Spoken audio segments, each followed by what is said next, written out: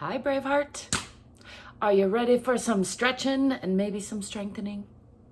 I'm ZGALA. You can call me Aunt Angel. And let's get to it. It's another approaching late night for me, but I'm not gonna not do my minimums, my stretching, my letting go of stressing, because I got more stress on the way tomorrow. It's important to let go of today's stress in order to make room for tomorrow's stress. That's my philosophy. As usual, I invite you to join me to whatever degree feels good in your body. I like to remind everyone there's not one way.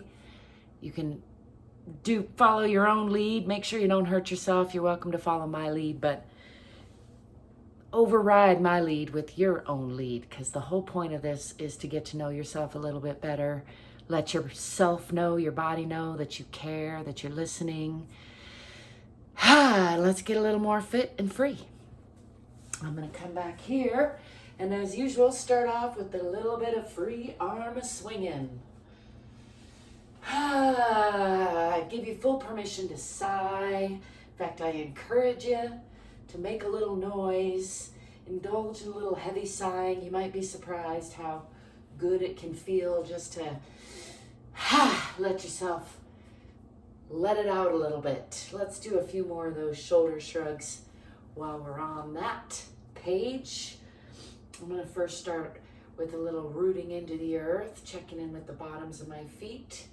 I like to imagine that I'm anchoring to the center of the earth, coming through the feet, checking in on the hips, relaxed and over the ankles, checking in on the shoulders, dropped and over the hips, checking in on the ears, over the shoulders, which often requires a little bit of pushing back in the chin and lengthening in the back of the neck these days, because we're all doing this, know what I mean? I know you do. And then let's do some shoulder shrugs, breathing in and shrugging up. Can add the toes and the fingers and the pelvic floor if you want to get fancy. Breathe in a little more and then just let it go. Let the arms swing. Let the body sway if that feels good. There's not one way. Let's breathe in and tense up again, lifting the shoulders, lifting the hands if that feels good. You can put them up here even, scrunching the toes, lifting the pelvic floor, and then just letting it go, exhaling all the way out. If you can pay a little extra attention to that exhale, it'll make for a better inhale. And I'm going to scrunch these shoulders up again real tight. I'm just going to leave these hands relaxed this time. Breathe in a little more and then just letting that go. If you stop by often, you'll already know I tend to be silly. I like to sing my life a little bit and be silly. I hope to encourage everyone to enjoy life a little more, and for me that includes more singing, more laughing, more silliness. So if you didn't know, now you know. I'm gonna face this way and we're gonna roll down. So again, anchoring into the bottoms of the feet, the center of the earth, checking in on that alignment. Let's start in Tadasana, which is also called mountain pose. Again, make sure to drop those shoulders. And then let's just roll down nice and slow, just relaxing the hands. The slower the better, checking in with the spine, noticing where there's suppleness, where there's stickiness, where it's flowing and where it's staccato, as I call it. Coming on down past the waist, all the way to the hips.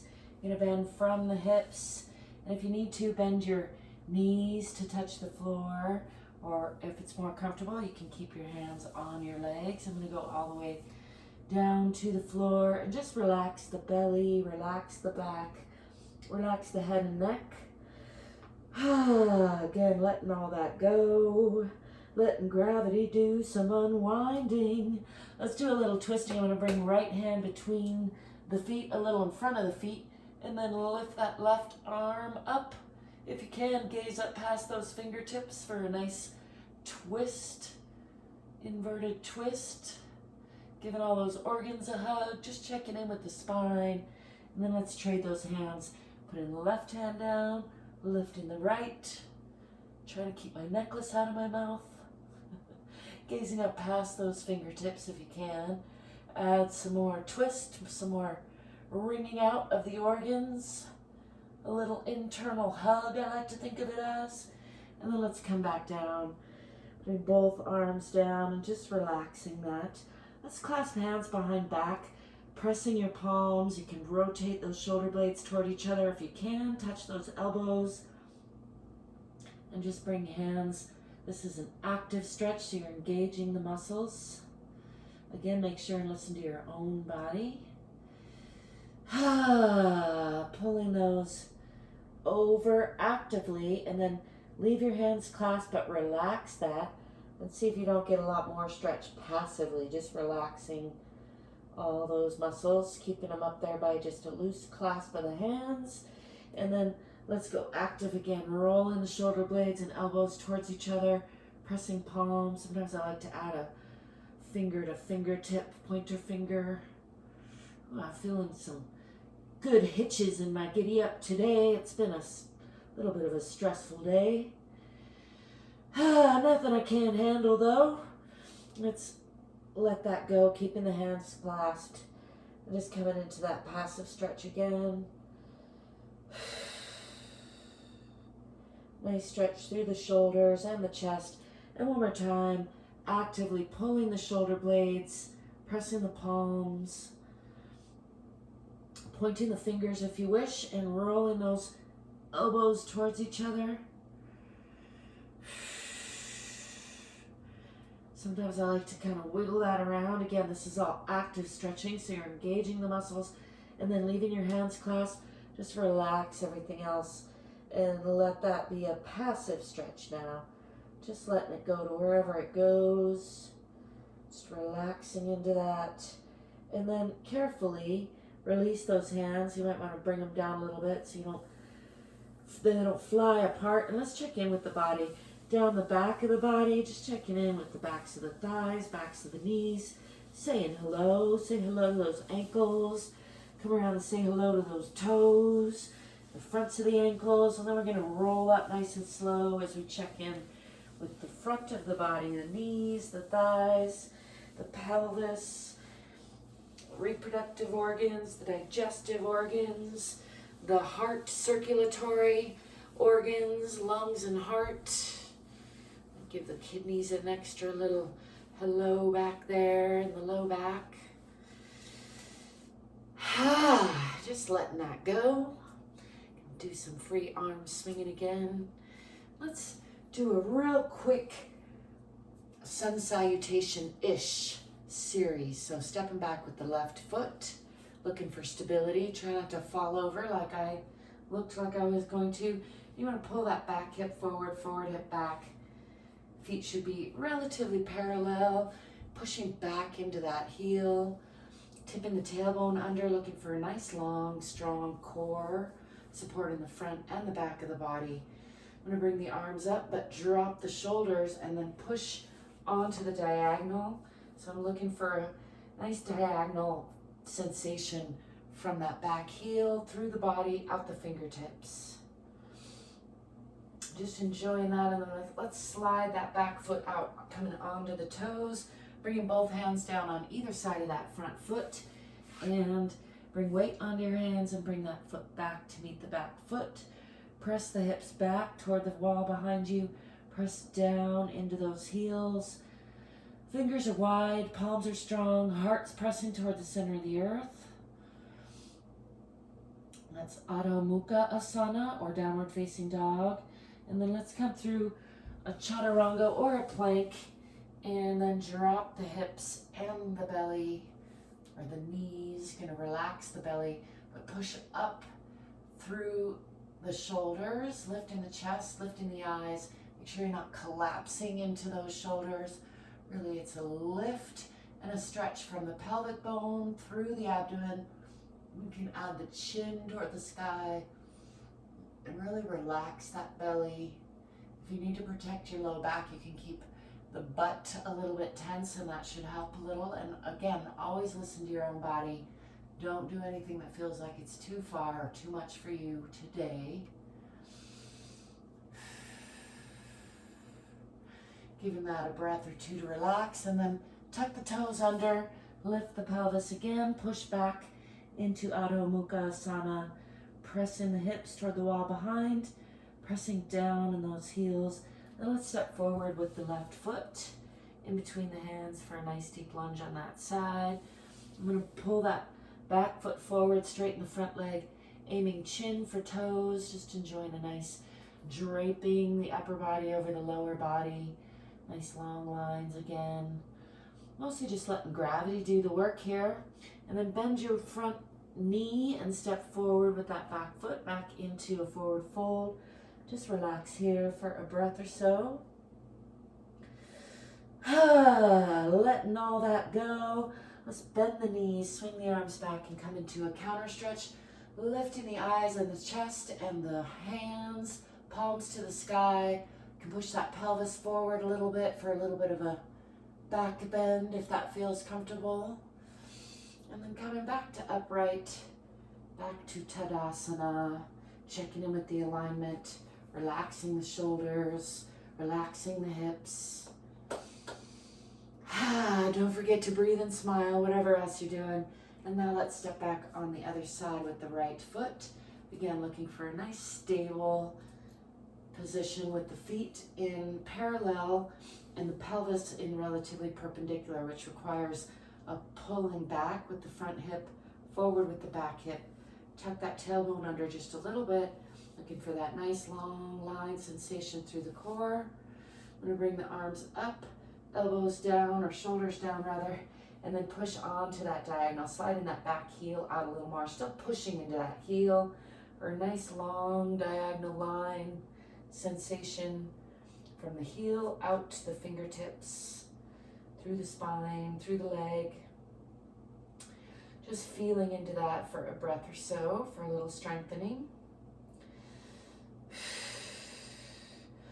And then when you're ready, slide that back foot out a little more, coming up onto the toe. Bring your hands down on either side of your front foot for a nice deep lunge. And then fingers spread wide, palms nice and strong. Bring weight onto those hands and bring that front foot back into Adho Mukha Asana. Again, pushing back in the hips, pushing down in the heels. Let's bend one knee, pressing more into the right, and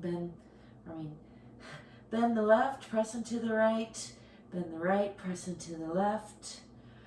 Do that a few times on each side, just for good measure.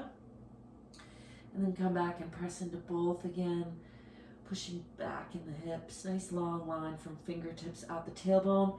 You can tip that tailbone just a little bit toward the back of the head. Sometimes it's just a thought, but it increases the stretch a little to the backs of the legs for me. And then chaturanga, or come through plank position, and then drop the hips, drop the knees, release the toes, push up.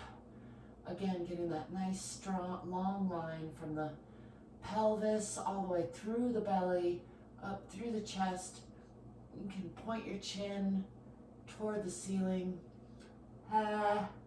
A little tongue stretch there if you'd like, because when else are you going to do it? And then tuck the toes under. Again, lifting the hips, pushing back into Adho Mukha Asana, pressing down in those heels before stepping forward with the right foot into a nice deep lunge on that side. And again, pulling that back foot forward just a little bit, straightening the front leg and aiming chin for toes, draping the upper body over the lower body. Looking for a nice long line there, just enjoying that stretch, getting a little release, still working to pull that back hip forward and that forward hip back a little bit for a perpendicular line in the hips, and that helps with stability and also helps increase that stretch. And then when you're ready, bend the front knee, step forward with the back foot, come back into forward fold. And from here, let's just roll up nice and slow, pressing from the center of the earth through the bottoms of the feet, tipping the tailbone, rolling up one vertebrae at a time. Just checking in with the spine, checking in with yourself. Let's wiggle all that out, shake it out. There you have it, a nice short and sweet full body stretch in 15 minutes. See, it doesn't have to take a long time.